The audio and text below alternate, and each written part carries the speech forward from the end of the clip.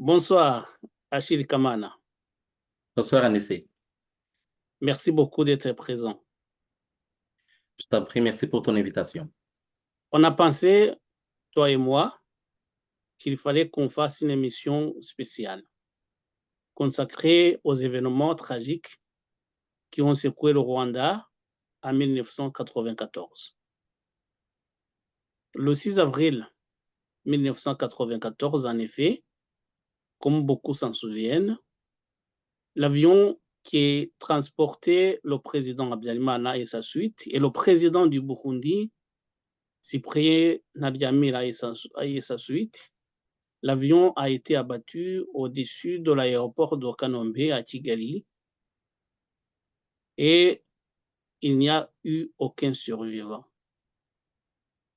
Cet attentat a déclenché une folie meurtrière, d'abord dans la ville de Kigali, puis les tueries se sont étendues dans le pays en entier. Les victimes, les cibles étaient les Tutsis, puisque les Tutsis étaient assimilés à ceux qui étaient considérés comme les auteurs de l'attentat, à savoir la rébellion du FPR, dirigée à l'époque par le président actuel, le président rwandais Paul Kagame.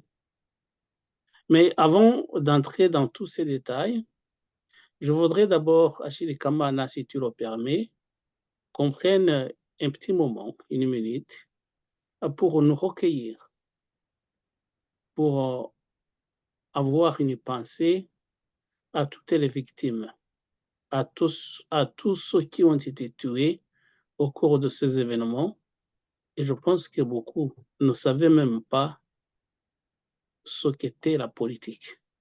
Donc, des gens innocents ont été massacrés sauvagement, sans savoir pourquoi ils étaient tués. Donc, je pense, Achille Kamana, qu'il est important qu'on prenne ce moment-là afin de nous souvenir Très important. de toutes ces personnes qui ont succombé à la folie meurtrière de ces, de ces moments tragiques.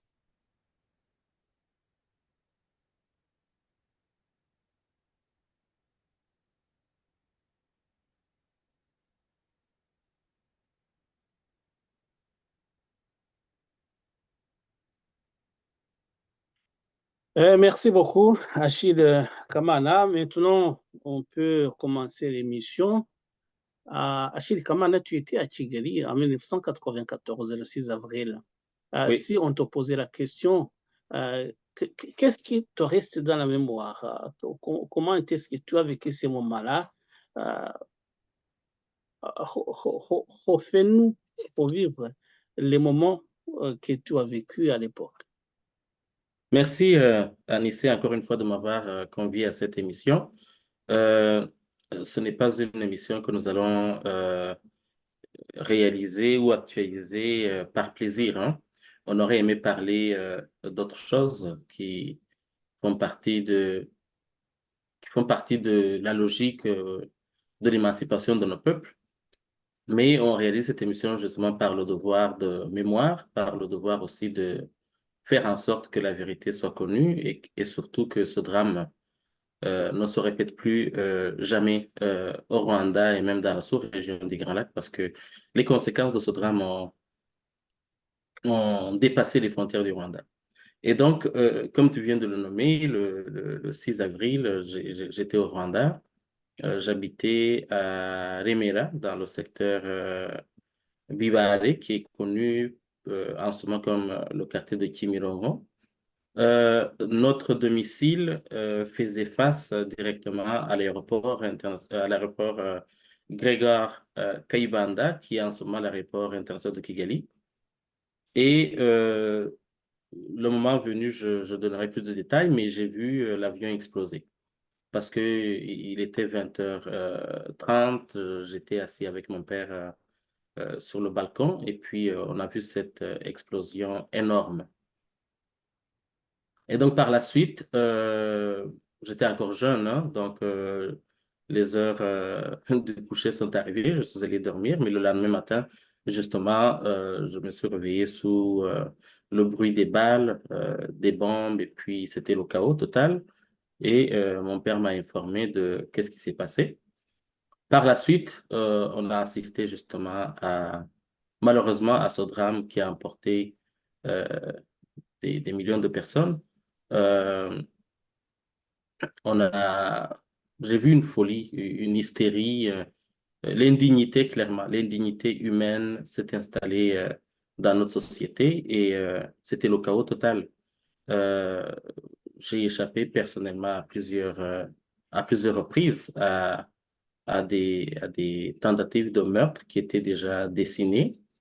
Je pense que c'est le Seigneur, c'est Dieu qui m'a sauvé parce que je ne peux pas dire que j'avais des forces ou bien une magie de m'échapper. Mais hélas, beaucoup sont décédés, beaucoup ont perdu leur vie.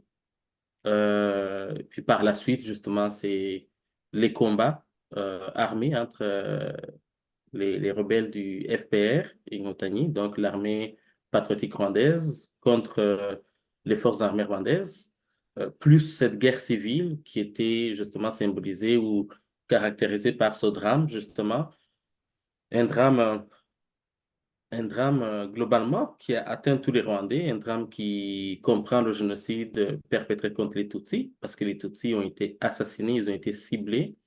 Il y a d'autres personnes aussi qui ont été assassinées, les politiciens ont été assassinés, et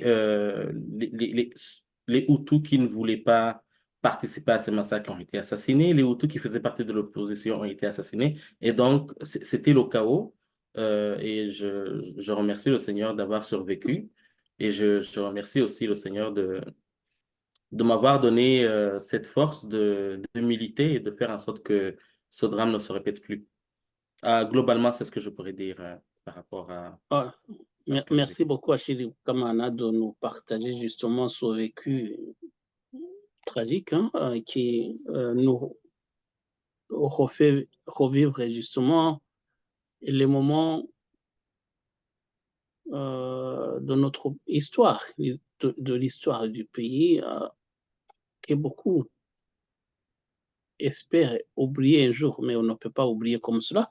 Rappelons justement que tu nous parlais d'avoir vu l'avion du président Habyarimana éclater comme cela, justement, parce que l'avion était la cible d'un missile tiré de la localité maintenant aussi de Masaka.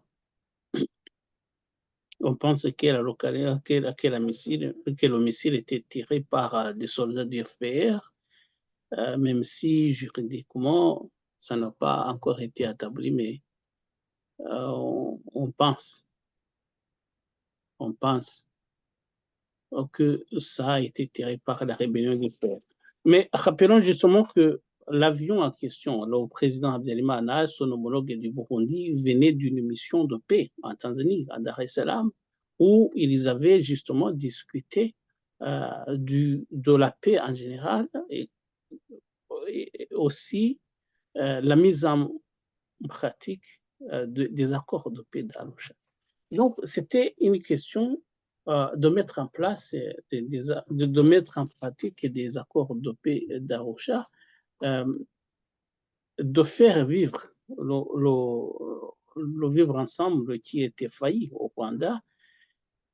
Mais il y a des gens qui n'ont pas accepté justement que cet accord de paix soit mis en pratique et ils ont attenté à la vie du président Habyarimana et de son homologue du Burundi. 30 ans après Achille Kamana, il y a des gens qui n'acceptent pas justement, qui ne reconnaissent pas la responsabilité du Front patriotique rwandais qui était alors en rébellion. Mais toi, quand tu vois, justement, tu as vu l'avion abattu, mais est-ce que tu penses réellement que si l'avion n'avait pas été abattu, l'Holocauste, le génocide n'aurait pas eu lieu? Euh, à, avec le temps, on a eu accès à des informations qui sont basées sur des recherches scientifiques, des recherches crédibles qui sont disponibles sur les réseaux sociaux et un peu partout. Il y a des livres qui ont été écrits. Euh, la guerre qui a commencé le 1er octobre 1990 avait ses propres raisons et il a abouti par des accords d'Arusha qui ont été signés au mois de août 1993, si je me rappelle bien. Et donc, ces accords prévoyaient le partage du pouvoir, le retour de la paix, l'arrêt des hostilités, l'arrêt de la guerre. Et, mais entre-temps, il y avait de l'instabilité un peu partout dans le pays. Moi, je veux parler de Kigali et puis plus précisément du quartier dans lequel j'habitais. On entendait souvent des grenades exploser, on entendait, le lendemain, on se levait et puis on apprenait que telle famille, tel est mort parce qu'il y a eu des gens qui sont allés les assassiner. Mais je peux aussi témoigner du fait que dans les années 91 ou 92, j'ai j'ai des amis qui ont perdu leur oncle qui a été assassiné par les miliciens armés. Et ça, c'était avant 93. Euh, mais ces accords, justement, prévoyaient euh, l'arrêt de l'escalade de la guerre et prévoyaient une résolution pacifique et politique de la crise rwandaise. Et donc, cette mission des Nations Unies pour l'assistance au Rwanda visait justement à permettre aux parties belligérantes d'actualiser ou bien de mettre en pratique les accords de paix. Alors, celui qui a abattu l'avion du président Habyarimana, euh, logiquement, ne voulait pas que ces accords soient mis en exécution. Et je peux citer aussi les discours de la première ministre, qui est décédée aussi, qu'elle repose en paix, Madame Agathe Uwilingiyimana, qui, à la, à l'Assemblée nationale, disait souvent qu'il y avait des démarches qui étaient faites par soit le FPR ou soit la partie pro-pouvoir, pro-Abiyarimana, pour que les accords ne soient pas mis en place. Je pense que Anissé, tu es au courant qu'il y a eu plusieurs dates qui ont été fixées pour justement mettre en place un gouvernement d'unité nationale et ces démarches n'ont pas abouti justement à l'assassinat du président Habyarimana, qui est mort justement avec le président Habyarimana du Burundi, que leur famille, je leur transmets ma solidarité, toutes mes pensées vont avec eux aussi. Et donc, c'est suite à cela que la crise, qu'il y a eu une escalade. Et sans l'attentat, il n'y aurait pas eu le drame qu'on a vécu. Mais ça ne veut pas dire que la vie au Rwanda ou que la situation politique était stable. Il y avait des instabilités, il y avait des assassinats ciblés, il y avait des politiciens qui étaient ciblés. Mais le drame tel qu'on l'a vu, perdre plus de 1 million de citoyens rwandais en moins de 3 mois, plus d'autres qui ont fui vers l'ex-Zaïre, qui est la RDC en ce moment, tout ça n'aurait pas eu lieu sans l'assassinat du président Habyarimana. Celui qui a assassiné le président Habyarimana doit porter la responsabilité du drame qui s'est produit, parce que sans cela, je pense qu'on serait ailleurs. Je pense que les Rwandais auraient traversé, certes, une crise, mais pas une crise d'une telle ampleur, pas un drame d'une telle ampleur. Merci beaucoup, Achille Kamana. Je me souviens très bien. J'étais au Rwanda comme toi en 1994, même avant. Le 4 août 1993, et les Rwandais ont manifesté une joie folle quand le président Habyarimana et le dirigeant de l'époque du Front patriotique rwandais, Alexis Kanyarengwe, ont échangé une poignée de main. Euh, Après la signature de l'accord de paix entre les deux parties, ça veut dire le gouvernement rwandais et la rébellion du FPR. Les gens étaient vraiment soulagés de savoir que les deux parties s'engager dans une voie pacifique et que les Rwandais allaient vivre une époque de paix et de prospérité, c'est ce qu'on espérait alors. Et après la signature de cet accord, le 4 août 1993, il y a eu ce que tu expliquais, le processus de mise en pratique des accords, surtout sur la partie de partage du pouvoir. Et c'est ce qui a justement, c'est ce qui a failli, parce qu'ils ne se sont pas mis d'accord.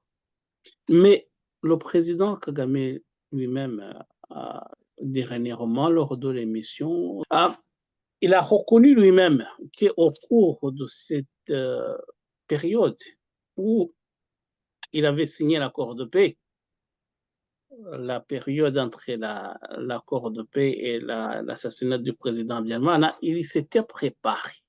Il s'était préparé justement au cas où les choses ne tourneraient pas comme il l'espérait. Donc, ça se comprend bien sûr que lui, avec son parti, le FPR, il n'avait jamais accordé aucun crédit à cet accord de paix. Et c'est pour cela que beaucoup pensent que lui, il a tout fait pour que l'accord de paix ne soit jamais mis en pratique. Et cela a abouti à ce qu'on a vu justement, à ce que l'avion du président Abdelmanan soit abattu et que les autres basculent dans cette euphorie meurtrière de s'en prendre à tous les citoyens, à tout le peuple qui est considéré comme Tutsi. Voilà.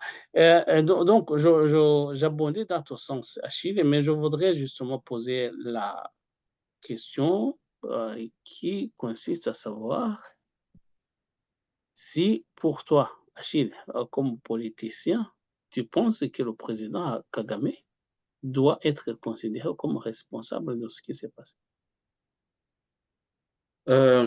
L'histoire du Rwanda est complexe et puis elle date de très longtemps. Par contre, si on prend cet épisode entre 90 et 94, incluant ce drame rwandais qui comprend le génocide qui a été perpétré contre les Tutsis et les autres massacres qui ont eu lieu sur les autres parties de la population, les Hutus, on ne va pas le nier, ils ont été assassinés.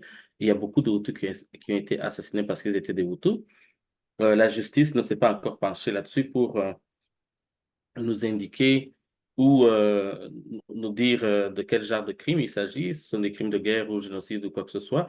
Mais ce sont des choses qu'on espère qui arriveront, pas sur le pouvoir, pas pendant que le FPR est au pouvoir, parce qu'il fait partie des acteurs qui ont commis ces massacres.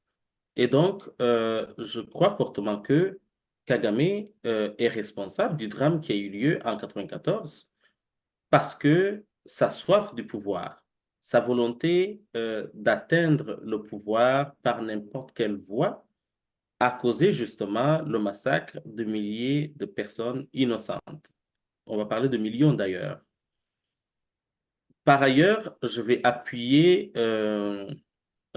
mes propos par ce que Tito Rutalemara, qui est un haut cadre du FPR, avait mentionné, je pense que c'est dans l'émission Imvoni Mvano sur la BBC.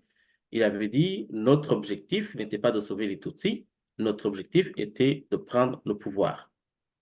Et d'ailleurs, si on observe, si on analyse la situation après la prise du pouvoir au mois de juillet, le 4 juillet 1994, quand le FPR prend le pouvoir, quel a été le sort réservé aux rescapés de génocide contre les Tutsis? Ceux qui ne se sont pas soumis aux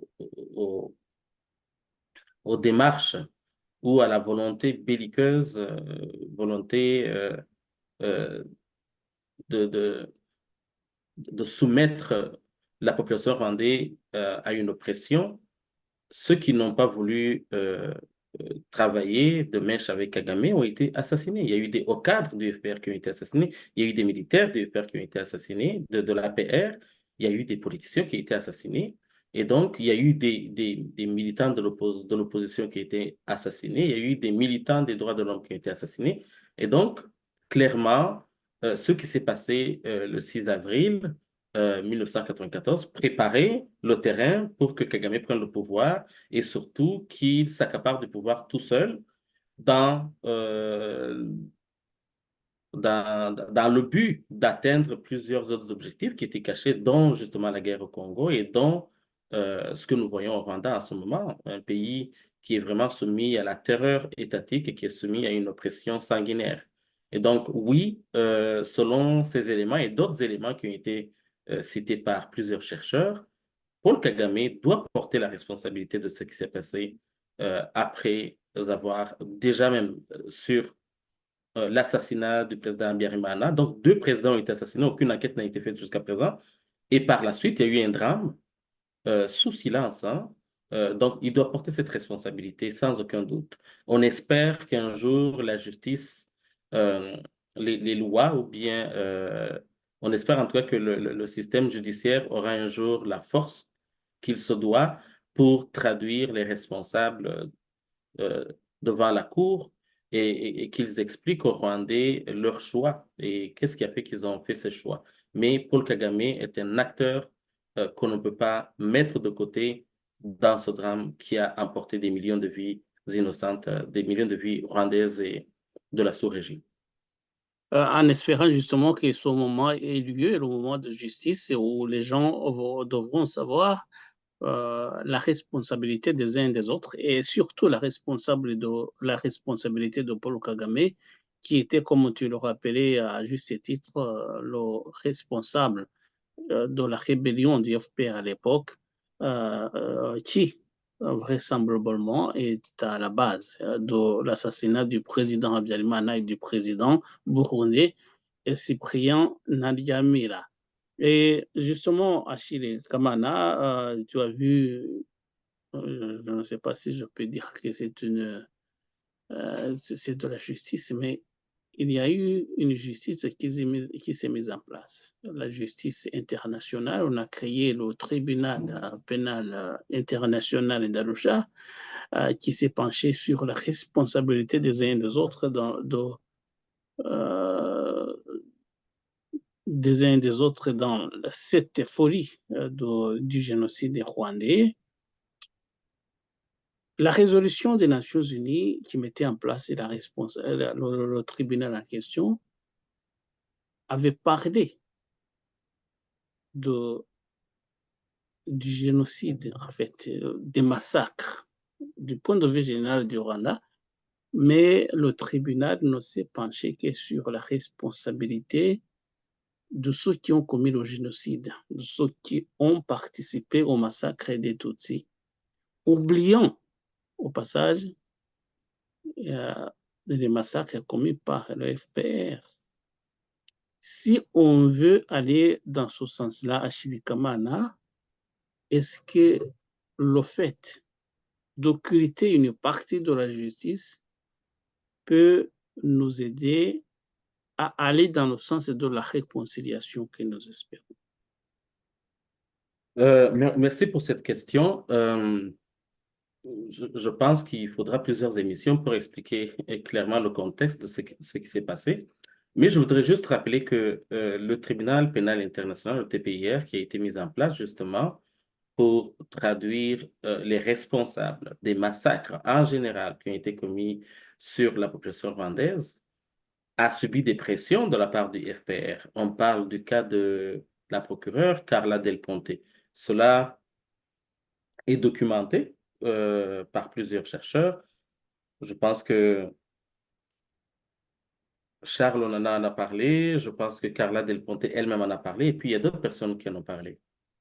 Il y a eu des pressions de Paul Kagame, de son FPR, plus des pressions, bien sûr, de ses lobbying, qui ont fait en sorte que le TPIR a traduit devant la justice une partie des responsables du drame auquel nous avons fait face.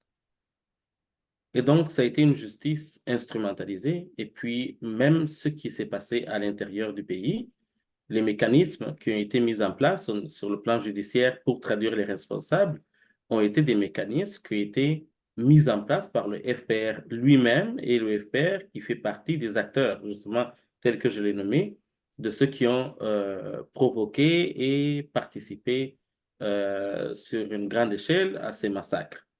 Et donc, on ne peut pas avoir de justice au moment où ceux qui détiennent le pouvoir judiciaire font partie justement des responsables.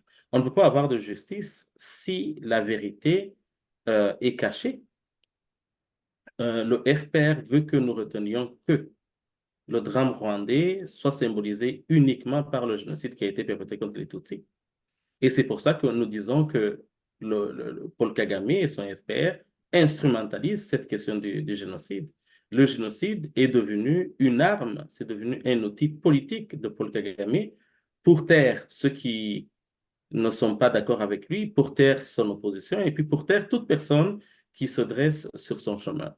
Et donc, il n'y a pas eu de justice. On va parler aussi des tribunaux traditionnels, des gachacha, qui ont été complètement une mascarade.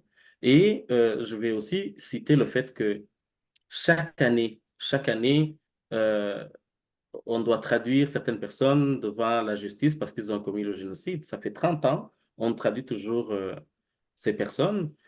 Mais par contre, il y a des personnes qui sont connues, il y a des individus qui sont connus, qui ont participé à ces massacres, qui étaient des milices Imhirahamwe, qui sont en ce moment de mèche et de connivence, qui collaborent très bien avec le parti au pouvoir, qui est le FPR. On parle d'un certain Kigurube et puis d'autres personnes. Et donc, tout a été instrumentalisé dans le but justement de renforcer le pouvoir de Kagame, mais pas dans le but de rendre justice, pas dans le but de parler de la vérité, pas dans le but de reconstruire ou bien de bâtir l'unité nationale. Et donc, la réconciliation n'est pas possible aussi longtemps que le FPR, qui fait partie des acteurs qui ont contribué à ce drame, est toujours au pouvoir et qu'il contrôle l'appareil judiciaire qui n'est pas libre. Comme vous le savez, au Rwanda, les institutions ne sont pas libres, ni l'Assemblée nationale. Ce qu'on appelle la séparation des pouvoirs n'existe pas. Ce qu'on appelle l'indépendance l'indépendance des institutions n'existe pas. Le gouvernement est dicté par Paul Kagame. L'Assemblée nationale, c'est-à-dire les députés ou les sénateurs, sont dictés par Paul Kagame. Et la justice œuvre dans les intérêts de Paul Kagame. C'est un outil pour taire tous ses opposants. C'est un outil pour s'aimer la terreur au sein de la population rwandaise. Et donc, on ne peut pas parler de réconciliation. Et c'est pour ça que jusqu'à présent, Anissé, comme tu le sais, il y a quelques mois, il y a eu des personnes proches du pouvoir qui ont littéralement insulté les Hutus. Il y a des jeunes qu'on voit sur les réseaux sociaux insulter les Hutus, mais on ne voit pas des personnes à l'intérieur du pays insulter les Tutsis. On ne le voit pas. À l'extérieur, il y en a qui calomnient les Tutsis, qui ont cette haine. Donc l'extrémisme est toujours présent. Et s'il y a extrémisme, il y a échec de l'État par rapport à- par rapport par rapport à l'objectif qui était fixé après 1994 de bâtir ou bien de reconstruire l'unité nationale. Il n'y a pas d'unité en ce moment.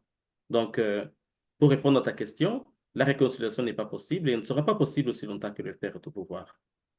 Bon, merci beaucoup, Achille Kamana. J'avais l'intention de te poser la question de savoir quel message politique est justement porté à l'endroit de ceux qui sont au pouvoir et de ceux qui sont dans l'opposition. Je pense que tu y as largement répondu.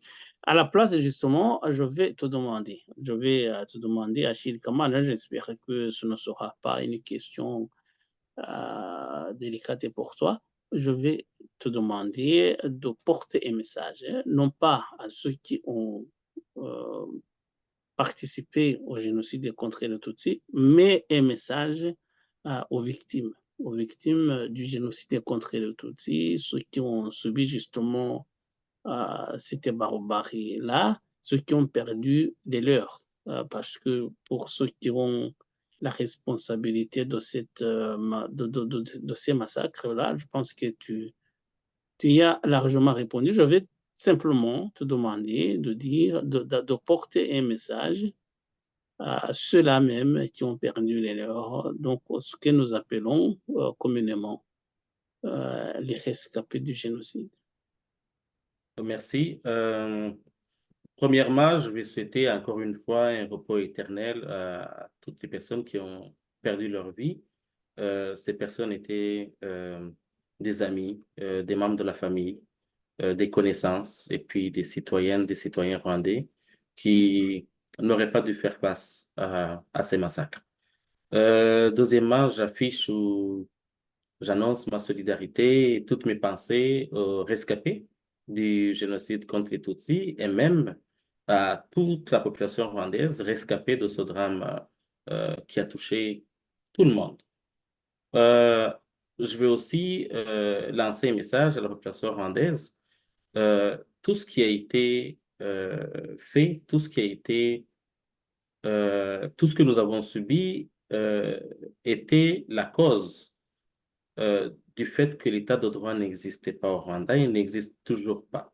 L'état de droit permet en fait, l'état de droit fait en sorte que tout le monde devient égaux devant la loi.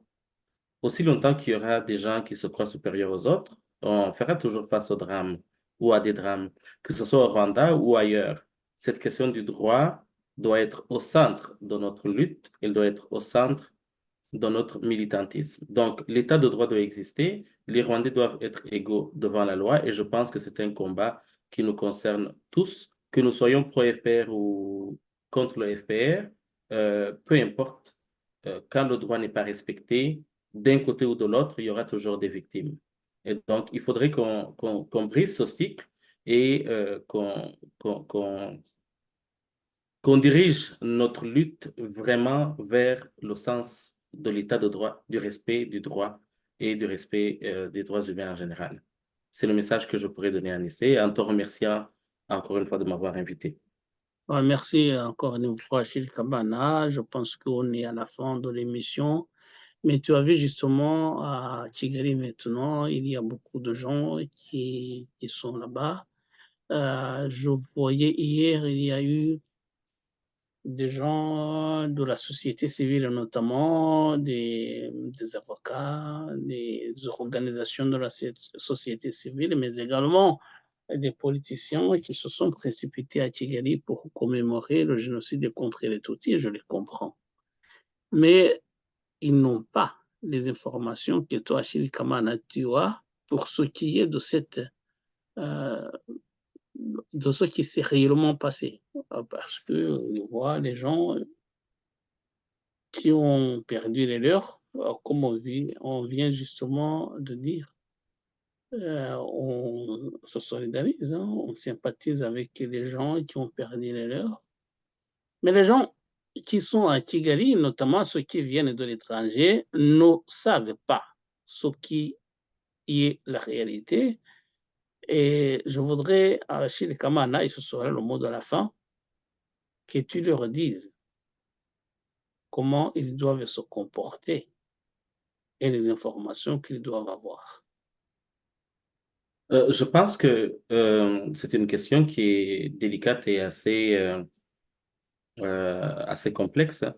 Mais je crois fortement que il y a eu plusieurs recherches, il y a eu plusieurs documentations qui ont été mises sur la place publique qui permettraient à toute personne qui s'intéresse à connaître la vérité, d'avoir ces informations et de faire son propre jugement. Maintenant, on ne va pas ignorer que dans la politique, il y a des intérêts, il n'y a pas d'émotion, il n'y a pas de sentiment. Cependant, il ne sert à rien de s'associer à un discours qui est volontairement mis en place pour ne parler que d'une partie de l'histoire du drame rwandais et de surcroît euh, un discours qui est basé sur la volonté à consolider ou à solidifier le pouvoir de Paul Kagame. Tout était instrumentalisé. Beaucoup de personnes rescapées de ce génocide vivent très mal, vivent sous la pauvreté. Il y a la famine au Rwanda, une pauvreté imposée à la population. Il y a la guerre en RDC, où des jeunes sont enlevés tous les jours et qui sont amenés au front en RDC, qui meurent sous les bombes de l'armée congolaise et puis de leurs alliés. Et donc, tout ça, ce sont des choses qu'il faudrait considérer avant de défiler et d'aller, soi-disant, commémorer la mémoire des victimes. Parce que, à mon humble avis, ce qui est fait, c'est s'associer à Paul Kagame, c'est d'aller renforcer l'image de Paul Kagame. Mais les victimes, elles sont oubliées dans tout ça, elles sont instrumentalisées. Et c'est pour ça qu'il y a eu des associations comme Igichumbi qui est née, qui est une association qui milite pour les droits des rescapés, la voix des rescapés du génocide contre les Tutsis, et qui œuvre dans le sens contraire de l'association Ibuka, qui, elle, est instrumentalisée, œuvre dans le sens du pouvoir.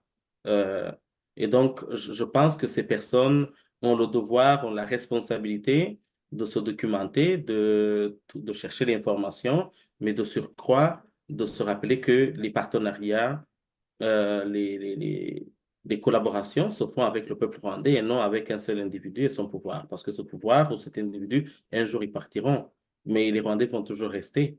Et pour les Rwandais qui ne sont pas au courant de ce qui s'est passé, je pense qu'ils ont le devoir, malgré le fait qu'il y ait une pression, malgré le fait qu'il y a une terreur étatique qui dépasse même les frontières du Rwanda, je pense qu'ils ont le devoir au moins d'écouter d'autres émissions comme celles que nous sommes en train de faire et de se questionner pourquoi nous prendrions le temps de venir dire des choses qui sont contraires à ce que le régime de Paul Kagame dit. Et donc, je pense qu'il y a un devoir patriote qui doit être pris en compte. Et je n'ignore pas aussi que les gens ont peur de connaître la vérité parce que c'est signe de vivre des représailles de la part du régime du FPR.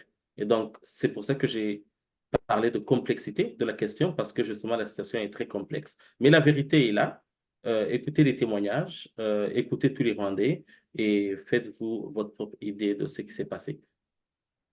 Merci beaucoup, Achille Kamana. J'espère bien que les Rwandais, aussi bien les Rwandais que les expatriés, les gens qui sont des étrangers, mais qui veulent participer activement aux cérémonies de commémoration, suivront ton message. Achille Kamana, je ne peux pas savoir comment te remercier. Le message est passé. Et j'espère bien que tu as parlé à ton nom personnel à ton nom, et au nom de notre organisation Alliance rwandaise pour le changement. Euh, bon week-end à toi et bon week-end à tes Je prends le temps camarades. de te remercier aussi, Anissé, Merci. pour avoir mis en place justement cette initiative de présenter des émissions en français, des émissions qui consistent à parler à avoir un autre regard sur le Rwanda, un regard qui est caché par le pouvoir. Et donc, c'est un travail qui est très important et puis qui est utile dans la lutte que nous menons pour instaurer le respect de la dignité humaine au Rwanda. Merci beaucoup à toi. Merci beaucoup.